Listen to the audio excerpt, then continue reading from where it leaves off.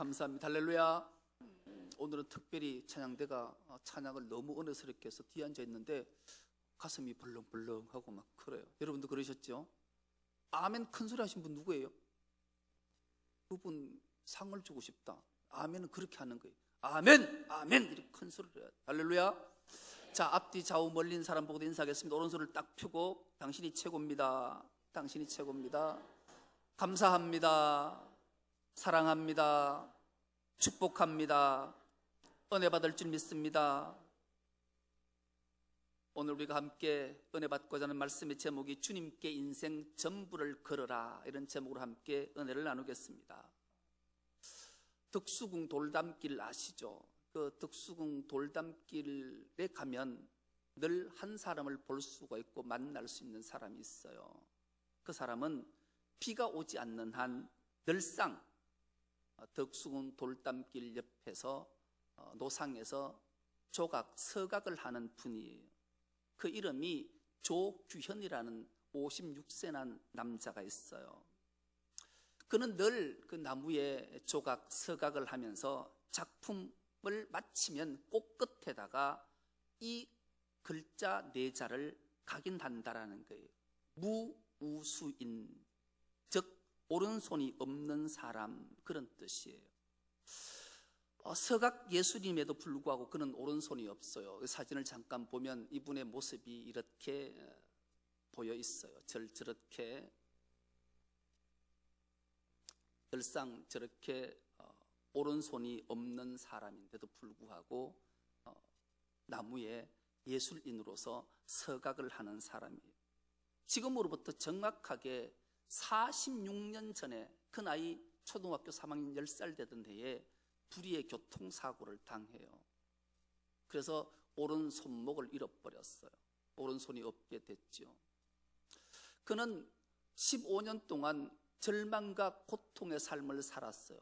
그 나이 25살 되던 해에 그가 인생의 전환점을 맞이하게 되는데 서각 예술인이었던 고암 선생님을 만나면서 인생의 전환점을 맞이하게 돼요. 그리고 자기도 이 서각을 배우게 돼서 천적으로 여기면서 그 일들을 감당하게 돼요. 그러면서 그가 오늘 설교 본문의 말씀 제목을 저가 하는 말을 통해서 제가 적게 된 거예요.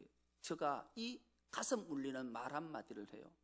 나는 서각에 인생 전부를 걸었다. 그래요. 서각, 나무에 글자를 새기는 일에 자기 인생 전부를 걸었다라는 거예요. 그 말을 듣는 순간 저는 떠오른 것이 주님께 내 인생 전부를 걸어야 되겠다, 이런 생각이 나서 오늘 설교 제목이 탄생하게 된 거예요. 주님께 인생 전부를 걸어라. 여러분은 무엇에 인생 전부를 거시고 사십니까? 저와 마찬가지로 우리 모두가 주님께 인생 전부를 거는 은혜가 있기를 축복합니다. 오늘 주님께 인생 전부를 건 잘 알려지지 않는 위대한 인물 하나를 소개합니다. 그는 바로 오늘 본문에 등장하는 분하야라는 이름을 가진 자입니다. 그는 오늘 본문 20절이 이렇게 시작합니다. 또 갑스엘 용사의 손자 여호야다의 아들 분하야이니 그는 용맹스러운 일을 행한 자라. 일찍이 모압 아리엘의 아들 둘을 죽였고 또 눈이 올 때에 구덩이에 내려가서 사자 한 마리를 쳐 죽였다라고 그를 소개하고 있습니다. 자기 할아버지가 갑스엘인데 이 갑스엘은 용사라는 거예요. 장군의 집안에 태어난 자가 분하야였어요. 이 할아버지 갑스엘이라는 이름의 뜻은 하나님이 모으신다, 하나님의 위대한 일을 하기 위해서 용사를 모으시는데 그 집안에 할아버지가 바로 이 갑스엘이라는 자였어요. 그리고 그 아버지 요야다, 하나님은 아시는 분이라는 거예요. 이 분하야의 아버지 요야다는 하나님이 아시는 분이라는 이름의 뜻을 가진 자였어요. 그가 이 아들 분하야를 놓고 분하야라고 이름을 지었는데 이 분하야는 이름의 뜻이 여호와께서 세우신 자, 그런 뜻이, 하나님께서 자기를 세웠다라는 것을 안 자가 바로 분하야였어요. 그럼 이 분하야가 왜 그토록 위대한 인물이 됐을까? 그 이유가 배경이 이러해요. 이 어느 날 다윗 왕이 나이가 많아 늙어서 이불을 덮어도 따뜻하지 않고 죽을 날이 가까웠어요. 그때에 다윗의 네 번째 아들이었던 아도니아, 핫깃의 아들 아도니아가 스스로 자기를 높여서 왕이 될 것을 결심해요. 그 이유가 참 많은 중에 성경에 기록된 것은 그래요. 그의 용모가, 아도니아의 용모가 준수했다 그래요. 이스라엘 많은 사람들 중에, 또 다윗의 아들들 중에 얼굴이 참 준수해서 많은 사람들이 아도니아는 볼 때마다 왕이 될 감이구나 그렇게 느꼈어요. 그러니 자기가 스스로 높여서 왕이 될 생각을 가졌어요. 더욱이 이 아도니아의 일생은 한 번도 아버지 다윗이 아도니아를 섭섭하게 한 적이 없다 그래요. 더 다시 말해서 꾸지람을 한 번 받지 않고 잘 자란 준수한 청년이었어요. 그러니 다윗이 나이 많아 늙어서 죽을 때가 됐는데 후계자로 마땅히 핫깃의 아들 아도니아가 왕이 될 것이라는 확신을 가졌던 인물이 이스라엘 백성 중에 참 많았어요. 대표적인 인물이 군사령관, 즉 국방부 장관이었던 군권을 통솔하고 있었던 요압이 이 아도니아가 왕이 될 것을 알고 아도니아에게 편이 됐어요. 더 나아가서 대제사장이었던 아비아달도 이 아도니아가 당연히 왕이 될 것을 알고 아도니아 편에 섰어요. 그러니 많은 장수들이 다 아도니아가 그 다음에 3대 이스라엘 왕으로 등극할 것을 믿고 그를 따랐어요. 여러분, 사람은 시대의 흐름이 어떤가를 잘 간파하는 것은 참으로 중요해요. 잘 살기 위해서, 출세하기 위해서, 권력을 얻기 위해서는 시대의 흐름을 딱 읽고 대세가 어디로 가느냐에 따라서 그 편에 서면 상당한 영향력을 끼치는 사람이 될 수 있는 거죠. 그런데 오늘 본문의 주인공인 이 분야냐는 대세를 따르지 않았어요. 그럼 무엇을 따랐을까요? 바로 대의를 따른 거예요. 하나님의 뜻이 무엇인가 이것을 알고 그것을 따르는 인물이 바로 분하야였죠. 대세를 따르지 않고 대의를 따르면 필연적으로 찾아오는 게 있어요. 무엇일까요? 두려움이 찾아와요. 만약에 아도니아가 왕이 되면 자기를 따르지 않았던 이 분야를 그만두지 않을 것 뻔하기 때문에 그렇죠. 두려움이 엄습했지만 이 분야는 대세를 따르지 않고 하나님의 뜻이 무엇인가를 정확하게 알고 대의를 따랐던 인물이에요. 어느 날 다윗이 이런 현상들을 알고 이 분하야를 부르게 돼요. 그리고 그 당시 제사장이었던 사독도 부르게 되고 또 선지자 나단을 부르게 돼서 이 세 사람을 불러서 다윗이 이런 명령을 해요. 너희들은 내 아들 솔로몬을 나귀에 태우고 기혼으로 내려가서 그 머리에 기름을 붓고 왕을 삼아라. 그리고 이렇게 외치거라. 뿔나파를 불고 솔로몬 왕은 만세수를 하옵소서 외치라. 이 명령을 내렸어요. 이 명령 앞에 이 분하야가 순종하기라는 것은 그렇게 쉽지만은 않았을 거예요. 왜요? 막강한 군사령관 요압과 많은 장수들이 아도니아의 편에 서 있었기 때문에 그래요. 이 사실을 안다면 군사를 몰고 내려와서 순식간에 솔로몬을 따랐던 모든 자를 죽일 수 있었던 급박한 상황이었기 때문에 그래요. 목숨을 걸지 않으면 행할 수 없는 일들이. 여러분, 우리도 이 세상을 살다가 어느 가정이 있고 어느 직장에 있을 때 쇠락하는 가문, 쇠락하는 가정에 편들기가 쉽지 않아요. 흥황하는 가정에 서서 뭐라도 좀 위치나 뭔가를 얻어먹고 싶지 결코 쇠락하고 퇴락하는 가문에 서기가 쉽지 않다라는 거죠. 정치적 대세가 아도니아에게 기울였음에도 불구하고 분하야는 대의를 지켰던 인물이에요. 다윗을 택했던 거죠. 그렇다면 어떻게 해서 이 분하야가 다윗 가문을 택했을까? 그 이유는 바로 그런 거죠. 하나님의 말씀을 그가 기억했기 때문에 그래요.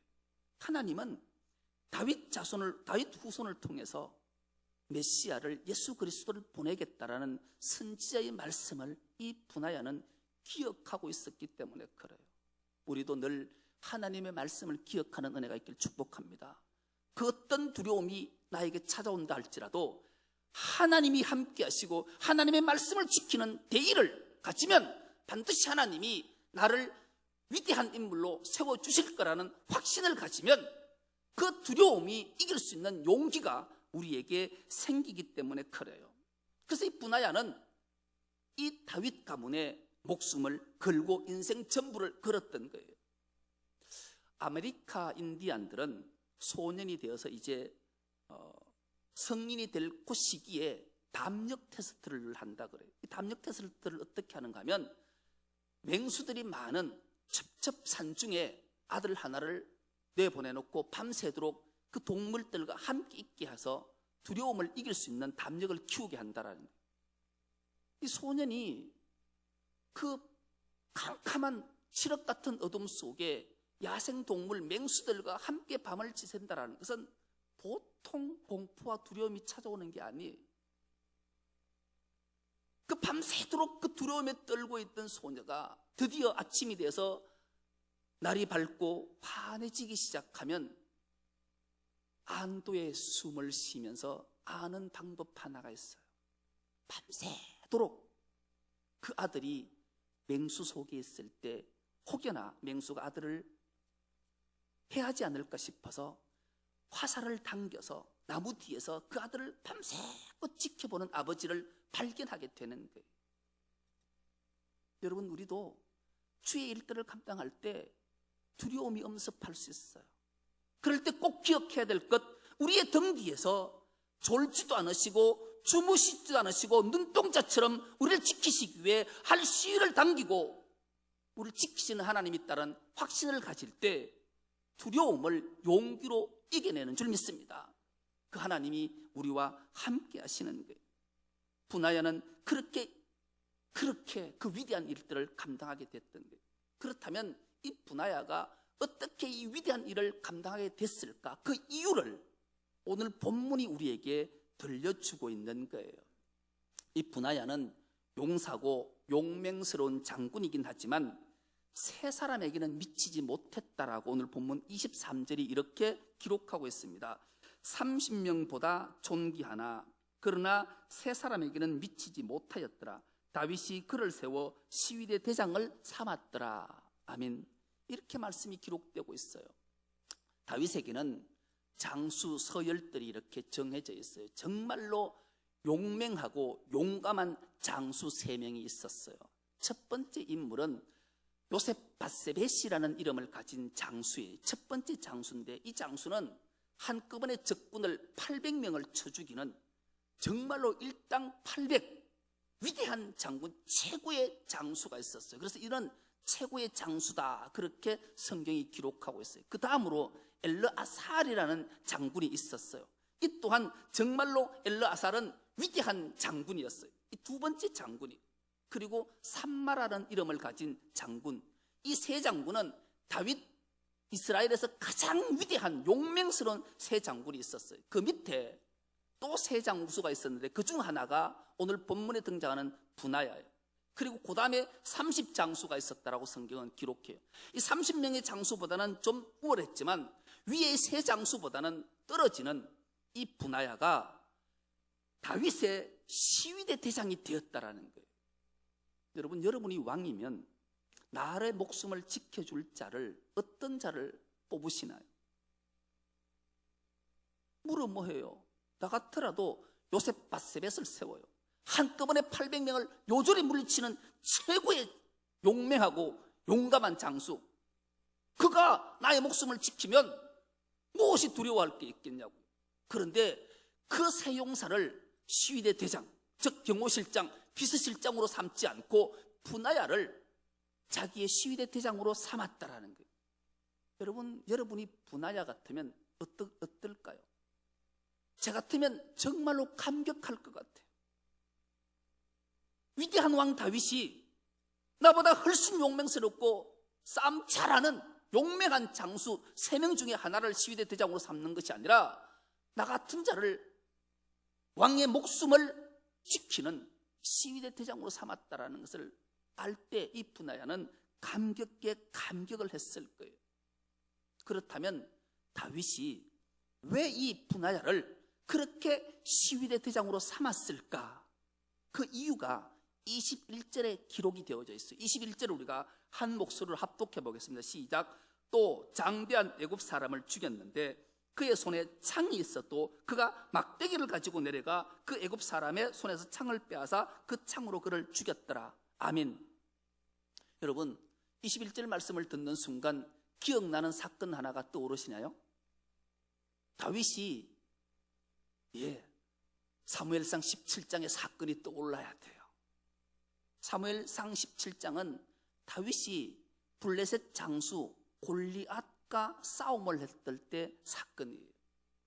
골리앗은 성경에는 2m 70쯤 되는 키, 어떤 그 학자는 2m 90.8cm다 정확하게, 역사가 그렇게 기록하고 있을 때 정도로 2m 90.8cm면 어마어마하잖아요. 그런데 성경은 그가 어떤 인물이었는지를 이렇게 이야기하고 있어요. 그가 노투구를 썼고 비늘 갑옷을 입었는데 이 비늘 갑옷은 57kg나 되는 갑옷을 입었다. 그리고 놋 각반을 찾고 놋 단창을 찾는데 그 창자루는 배틀채 같았고 창날은 철 600세겔이 되었다. 철 600세겔이면 창날 하나가 7kg 된다라는 거예요. 그런 것들을 차고 있었는데 그 앞에는 방패든 자가 앞에서 다 막아주는 정말로 어마어마한 목소리 하나가 쩌렁쩌렁 울리는 그런 자, 이 골리앗과 싸울 때 다윗은 가지고 간 무기가 뭐였나요? 막대기였어요. 막대기. 다윗은 막대기를 손에 잡고 매가로운 돌 5개는 주머니에 넣고 막대기를 들고 골리앗에게 싸우러 간 거예요. 그러니 골리앗이 그 다윗을 보고 이런 말을 하잖아요. 네가 나를 개로 여기냐? 막대기를 들고 내려오게? 그런 말을 해요. 다윗은 정말로 많은 좋은 무기, 사울이 차고 있던 칼 다 버려두고 막대기 하나를 들고 골리앗과 싸우러 나가서 골리앗을 쳐서 죽이잖아요. 이 모습을 분하야가 알았던 거예요. 그래서 애굽의 장대한 자, 골리앗 같은 자들과 싸우러 나갈 때에 자기에게 창이 있었지만, 여러분, 창은 얼마나 좋은 무기인가 하면 적군과의 적당한 거리가 있을 때는 칼보다 창이 얼마나 유용한지 몰라요. 창을 잘 쓰면 아무리 칼을 날렵하게 잘 쓰는 자와 싸워도 능히 이길 수 있는 거예요. 거리만 유지하면 창은 칼은 비교가 안 되는 거예요. 그에게 창이 있었어요. 오늘 본문 21절에 그렇게 기록되어 있잖아요. 그럼에도 불구하고 창을 버리고 막대기를 들고 간 거예요. 자기 주군이 한 행동을 알았던 거예요. 하나님의 함께 계심을 믿었던 거예요. 이 신앙이, 두려움이, 용기가 두려움을 이겨낸 거예요. 다윗이 분하야를 볼 때 이 마음이 어땠을까요? 허무했을 거예요. 아, 저가 나의 신앙을 본받았구나. 내가 골리앗과 싸울 때 막대기를 들고 갔더니만 이 분하야도 자기 손에 창이 있었음에도 불구하고 막대기를 들고 적군을 치러 가는구나. 이긴 거예요. 여러분, 신앙 믿음이 두려움을 이기는 거예요. 용기가 있는, 왜요? 하나님이 함께 하시기 때문에 그래요. 여러분, 우리가 인생 전부를 주님께 그려야 되는 이유가 여기에 있는 거예요. 하나님이 나와 함께 하시기 때문에 그래요. 그 하나님이 나의 아버지가 되시기 때문에 그래요. 그 하나님께 인생 전부를 거는 은혜가 있길 축복합니다. 그런 결단이 있으셔야 돼요. 아버지는 위대하시고 우리가 믿는 아버지는 전능하신 분이시기 때문에 그래요. 초등학교를 졸업하고 새 학기가 되어서 중학교에 들어간 아들이 아버지를 조르기 시작해요. 중학생들이 가장 갖고 싶은 것 5개가 있더라고요. 첫째는 핸드폰, 휴대폰을 갖고 싶다. 둘째는 노트북을 갖고 싶다. 셋째는 새 책상을 갖고 싶다. 넷째는 강아지를 갖고 싶다. 다섯째는 자전거를 갖고 싶다. 중학생이 딱 되면 가장 갖고 싶은 5가지가 이거더라고요. 어느 날 아들이 아빠를 향해 졸라요. 아빠 돈 많지? 아빠 나 중학생 됐을 때 좀 사주라. 그럼 뭐 필요하냐? 핸드폰. 그래. 최신 스마트폰 사주고. 아빠 나 노트북도 갖고 싶어. 그래. 하나밖에 없는 아들 뭐 못해줄 게 뭐냐? 오냐? 사주고. 이 5개를 다 사주면서 아버지가 가만히 생각을 해보니까 이놈이 어떻게 생각할까를 궁금한 거예요. 그래서 아들을 향해 이렇게 물어요. 야, 너는 아빠가 있어서 참 좋겠다. 그러니까 그러면 아들이 뭐라고 대답해야 돼요? 그래요, 난 아빠 때문에 행복하고 감사해요. 이래 될 줄 알았는데 이 아들이 답을 이렇게 하는 거예요. 나도 나중에 내 아들한테 그래야 될 텐데 그러더라는 거예요. 여러분, 아버지는 대단하지만 하나님은 위대하시는 분인 줄 믿습니다. 그 하나님이 우리의 아버지가 되시는 거예요. 여러분, 우리 인생 전부를 걸만하지 않으신가요? 그분에게 인생을 걸기만 하면 두려움, 고난, 손해 있어도 괜찮아요. 왜요? 하나님이 다 보상해 주실 것이기 때문에 그래요. 그리고 내 인생을 하나님께 걸면 하나님은 나에게, 우리에게 하나님 자신을 맡기셔서 그 위대한 영광들을 이 땅에 펼치시기를 원하시기 때문에 그래요. 여러분, 우리가 인생 전부를 주님께 걸어서 주님이 우리에게 자신을 주셔서 우리로 하여금 하나님의 위대한 능력들을 세상에 드러내고 하나님 나라를 완성한다면 이보다 더 큰 광영 영광이 어디 있겠냐고요. 우리 모두가 정말로 인생 전부를 하나님께 걸어서 하나님의 위대한 능력들을 보는 은혜가 우리 충성교회 모든 건속객들에게 다 있기를 간절히 기도합니다. 하나님 감사합니다. 주님께 인생 전부를 걸었습니다. 주님, 우리 인생을 받으시고 우리에게 한량없는 은혜와 복을 충만케 내려 주옵소서. 하나님 영광을 보게 하옵소서. 감사드리오며 예수님의 이름으로 기도드리옵나이다. 아멘.